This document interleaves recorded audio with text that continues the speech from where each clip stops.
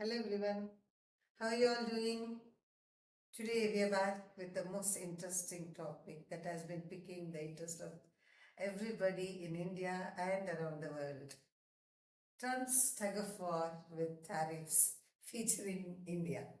So, yeah, this topic has been widely discussed by many, and also there has been a lot of curiosity that has been generated about what's going to happen next. So, let us look into this topic and what prompted the tariffs and how India is going to face those and what are Indian strategies and the consequences, right? So let us start off.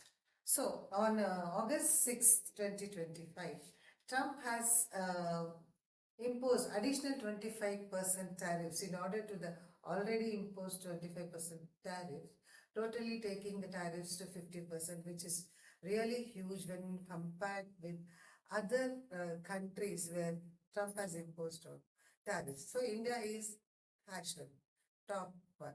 So what prompted Trump? So the reason Trump gave was that India was buying Russian oil, thereby indirectly supporting Russia in the Russia-Ukraine war, which is kind of not true, or we can say at the risk of being sounding a little bit disrespectful, it is ridiculous. Yes, it is ridiculous because for India, oil is very important because we don't have that much oil resources in India compared to the demand that we face from the people of India for oil. So we do import oil from various other countries and utilize it. So Russia is also one of the major partners, and Russia and India collaboration not just exists for oil, but it has been there for us since independence. Like it has been instrumental in establishing one of the earliest steel plants in India and also in developing a missile technology. So the relationship goes way back beyond oil. So, and that was the reason given by Trump, like India is supporting the war indirectly. And Trump feels that by pressurizing India not into not buying Russia's oil, Russia will come to the uh, table for discussion and arbitration to end the war. Yeah, ending war is always good, but not at the cost of somebody else's economy. That is what it is. So the tariffs have directly affected India, so much so that our clients from US have either cancelled their orders or put their orders on hold, which is directly again impacting Indian exports, wherein Indian exporters are kind of left in doldrums about what to do. So yes, this has caused an impact on Indian exports. And if you look at the kind of exports we do for US, especially we textiles, gems and jewelry, marine products, chemicals, auto components, telecom instruments, and uh, pharma. These are the main exports among others.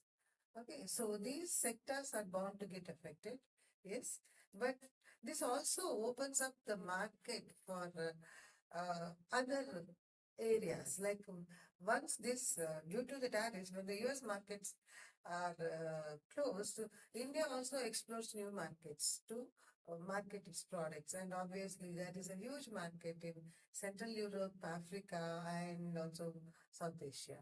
So this gives us a chance to expand into other parts of the world wherein till now we are mostly focused with the US. So that's kind of blessing in disguise.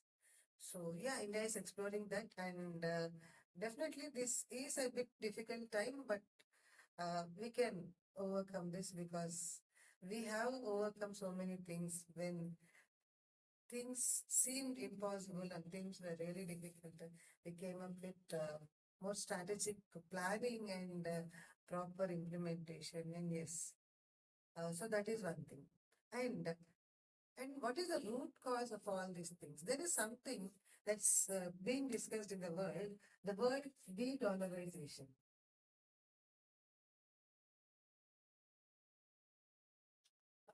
What is de-dollarization? De-dollarization means decreasing the dependence on US dollar as a reserve for foreign exchange and using the native currency or a currency which is commonly accepted by the members. This has been happening across the world, but mostly it was discussed during the BRICS summit. That happened in July 6th and 7th in Brazil in 2025. That's this year, last July. So, and yes, and what is the effect of de-dollarization? De-dollarization in a way helps markets uh, to decrease the reliance on dollar and use other currencies, which gives impetus to other currency exchange, and at the same time it affects US economy in a very strong way, wherein the economy could go down. So that is Trump's major concern. And yes, Russia, India, and China, along with Brazil and South Africa, are the founding the BRIC members. And apart from this year we have Ethiopia, Indonesia, Egypt, Iran, and UAE joining. BRICS making it almost to a 10-member organization. So if you look at the economies of these organizations, they are all developing economies. And if you look at the statistics, Russia, India, and China alone account for 36.8% of the world population and 32% approximate of the world economy. So, if de-dollarization is going to happen from BRICS, it's definitely going to impact US economy. So yes, Trump has vowed that he is not going to make that happen. And when if BRICS is going to grow in such a way, he is determined to put it down. Yeah, we have heard him say that time and again, right? So that is one thing. And yes, Russia-India-China partnership also is not a new phenomena. It has been there earlier, but it has been suspended for various reasons. And now India has quietly revived that thing. So the risk of the BRICS is rising, and that is causing concern for the US economy. Because when these three countries collaborate, that economic impact can be seen across the world. Because India has very recently become the third largest economy, and China is the largest economy, and Russia has an impactful economy. When these three guys come together, the economic dynamics across the world are going to change. So, and India is also looking at various other aspects of expanding the markets. And India has, even government actually has again gave a call to support local indigenous products and rather than focusing on foreign products. So again, make in India and using Indian goods. Swadeshi is coming back in a different way. So that way we can develop our own economy without depending on anybody else. So that is one aspect. And also, uh, as I already told you about the RIC, the Russia-India-China partnership, that will have a great impact on world economy because these three are like very fastest growing. India, as we already know, China is already growing very fast and almost the one of the biggest economies of the world. And India is also growing really fast. And that has an impact. And when de-dollarization happen, only it is not that only these BRICS is only going to do that because this dollar thing has been affecting other economies also. So slowly we are going to take the same path on which Yes, which is not good for US economy. So this tariff war is on that path, is based on those lines.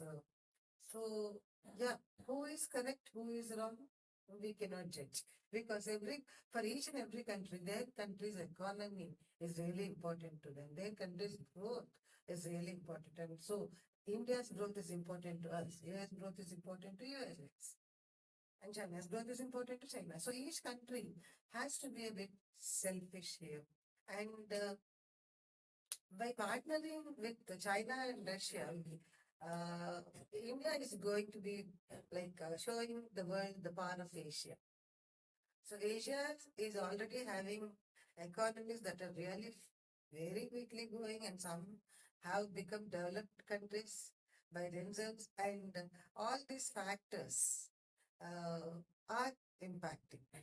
So that's how this is at present, and what was supposed to trigger a panic button for Indian economy, it kind of just is boomeranging.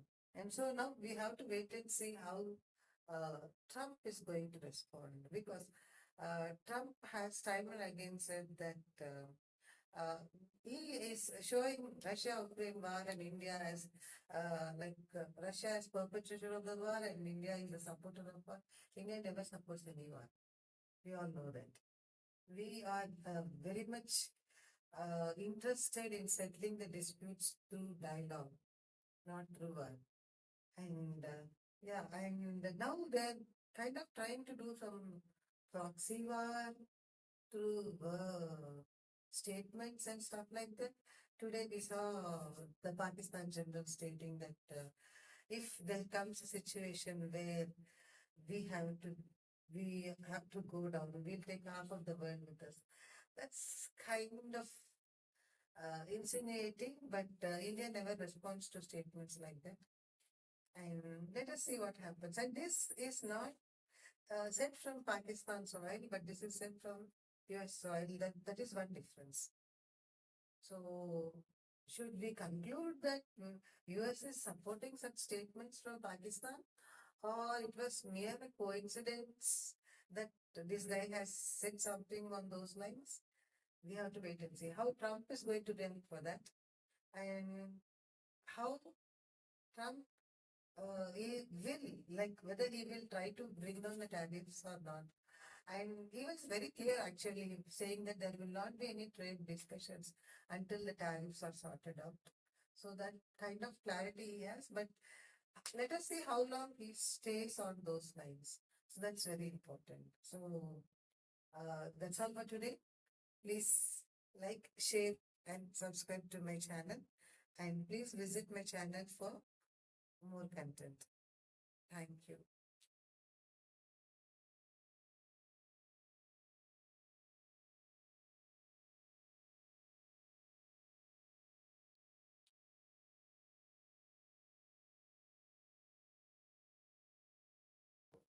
Please like, share, and subscribe, and do give your comments on the video. And please visit my channel for more content. Thank you.